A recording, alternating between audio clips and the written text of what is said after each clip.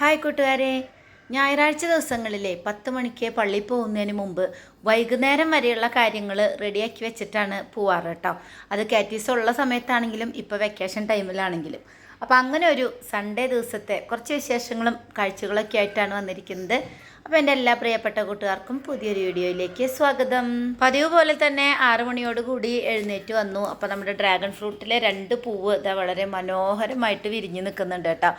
അങ്ങനെ സൂര്യൻ ഉദിച്ചു വരുന്നതും നമ്മുടെ പൂക്കളും അതിൻ്റെ മുകളിലുള്ള മറ്റ് മുട്ടുകളും ഒക്കെ ഒന്ന് ജസ്റ്റ് ചുമ്മാ ഒന്ന് നോക്കി, അതൊക്കെ കഴിഞ്ഞ് നമ്മുടെ ചെടികളൊക്കെ ഒന്ന് നോക്കിയതിന് ശേഷമാണ് നമ്മൾ കിച്ചണിലേക്ക് വരുന്നത്. തുണികളൊക്കെ നമ്മൾ വാഷിംഗ് മെഷീനിൽ ഇട്ടിട്ടുണ്ട് കേട്ടോ. അപ്പോൾ അതാ നമ്മൾ മുട്ടുകളും കാര്യങ്ങളൊക്കെ നോക്കി, ചിലതൊക്കെ കൊഴിഞ്ഞു പോകും കേട്ടോ. അങ്ങനെ അവിടുത്തെ ഇതൊക്കെ ഒന്ന് നോക്കൽ കഴിഞ്ഞ് അങ്ങനെ നമ്മൾ കിച്ചണിൽ വന്നിരിക്കുകയാണ്. അപ്പോൾ രാവിലെ നമ്മളിന്ന് ഉപ്പുമാവാണ് ഉണ്ടാക്കുന്നത്. മിക്ക ഞായറാഴ്ചകളിലും ഉപ്പുമാവ് തന്നെയാണ് ഉണ്ടാക്കുക കേട്ടോ. പിന്നെ ചിക്കൻ ഇന്നലെ വാങ്ങിച്ചത് ഉപ്പും മഞ്ഞൾപ്പൊടിയും ഒക്കെ തിരുമ്മി വെച്ചിട്ടുണ്ടായിരുന്നു, ഫ്രിഡ്ജിലായിരുന്നു. അത് ഞാൻ പുറത്തെടുത്ത് വെച്ചിട്ടുണ്ട് കേട്ടോ. അപ്പോഴല്ലേ നമുക്ക് കറിയും കൂടി വെച്ച് എല്ലാം സെറ്റാക്കിയിട്ട് പോകാൻ പറ്റുള്ളൂ. അപ്പോൾ ആദ്യം തന്നെ നമ്മൾ ഉപ്പുമാവ് ഉണ്ടാക്കാനുള്ള പരിപാടിയിലാണ് കേട്ടോ. അപ്പോൾ റവ ആദ്യം തന്നെ നമുക്ക് ആവശ്യമുള്ളത് എടുത്ത് വറുത്ത് മാറ്റി വെച്ചു. സാധാരണ ഞാൻ വറുത്ത് വെക്കാറുണ്ട്. ഇപ്രാവശ്യം റവ കൊണ്ടത് വറുത്ത് വെച്ചിട്ടുണ്ടായിരുന്നില്ല. അപ്പോൾ ആദ്യം ഞാൻ റവ വറുത്തിട്ട് അതങ്ങോട്ട് മാറ്റിയിട്ടോ. അത് കഴിഞ്ഞ് വീണ്ടും ചീനച്ചട്ടി അടുപ്പത്തേക്ക് വെച്ചു, വെളിച്ചെണ്ണ ഒഴിച്ച് കൊടുത്തു. നല്ല അടിപൊളി ഒരു ഉപ്പുമാവാണ് കേട്ടോ. അപ്പോൾ അതിൻ്റെ റെസിപ്പി എന്താണെന്ന് നോക്കാം.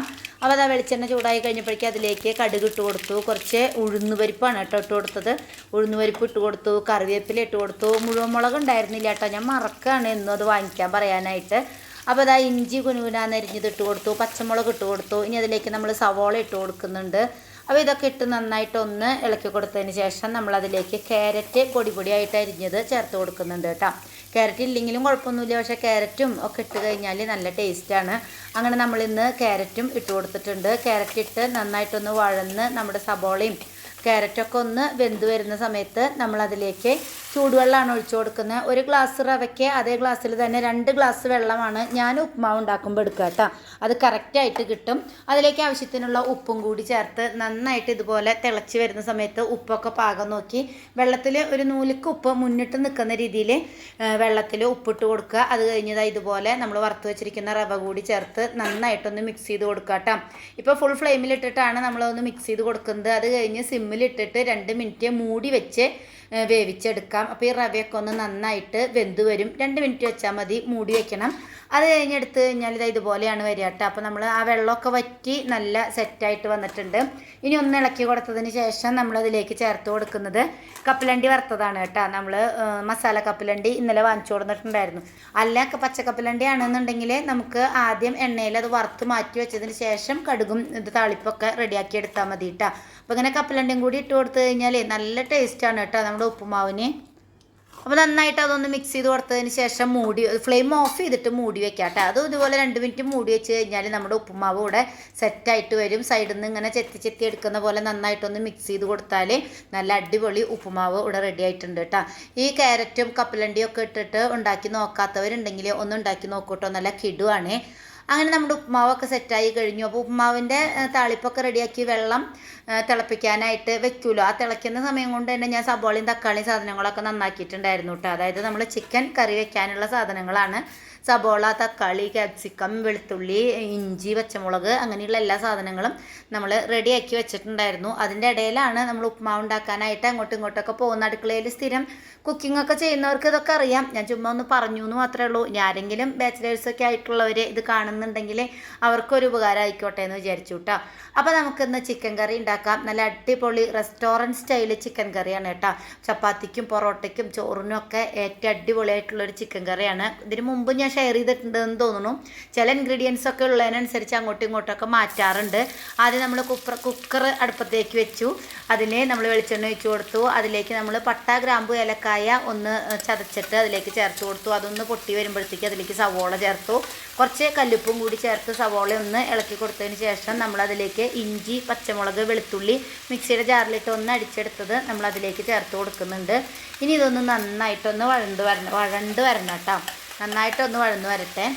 നന്നായിട്ട് മിക്സ് ചെയ്ത് കൊടുക്കുക കേട്ടോ. പിന്നെ കറിവേപ്പില നമുക്ക് ആവശ്യത്തിന് ചേർത്ത് കൊടുക്കാം. ഞാൻ കുറച്ചധികം തന്നെ ഇപ്പോഴും അത് കഴിഞ്ഞിട്ടും ഒക്കെ ചേർത്ത് കൊടുക്കുന്നുണ്ട് കേട്ടോ.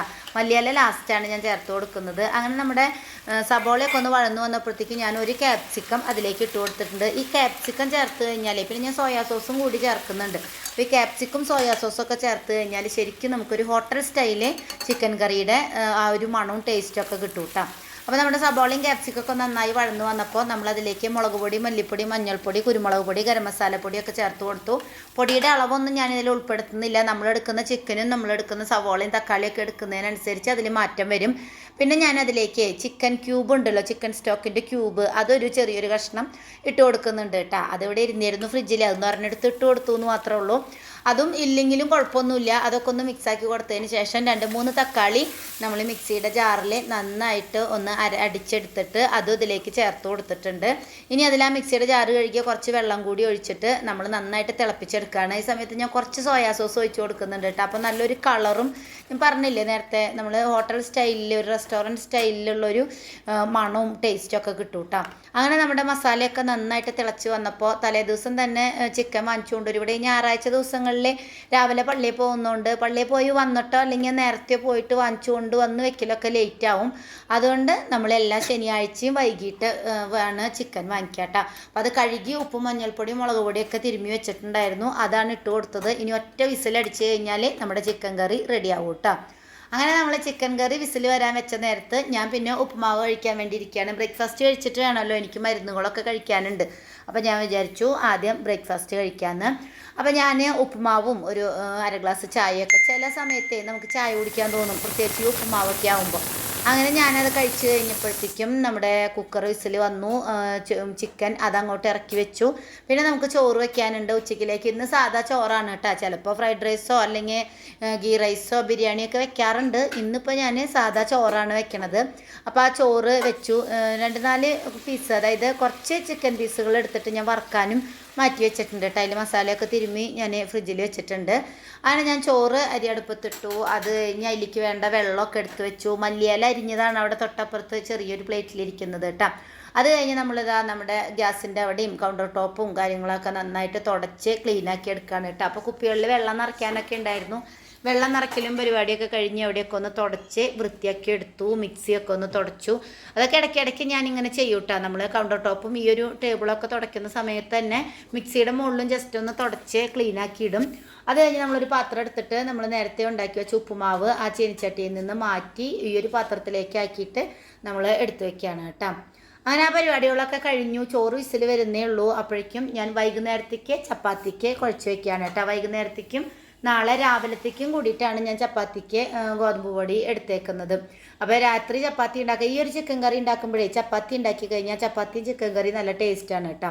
അപ്പോൾ ഈ ഒരു ചപ്പാത്തിക്ക് ഉള്ളത് കുഴച്ച് വയ്ക്കുകയാണ്. അപ്പോൾ കുറച്ച് അധികം എടുത്തു. നാളെ രാവിലെ ബാക്കി ചപ്പാത്തി മാവ് എടുത്തിട്ട് ഫ്രിഡ്ജിൽ വെച്ചാൽ രാവിലെ അതെടുത്തിട്ട് നമുക്ക് കൊത്തു ചപ്പാത്തി ഉണ്ടാക്കിയിട്ട് അതുവിന് സ്കൂളിലേക്ക് കൊടുത്തു വിടാമെന്ന് വിചാരിച്ചു കേട്ടോ.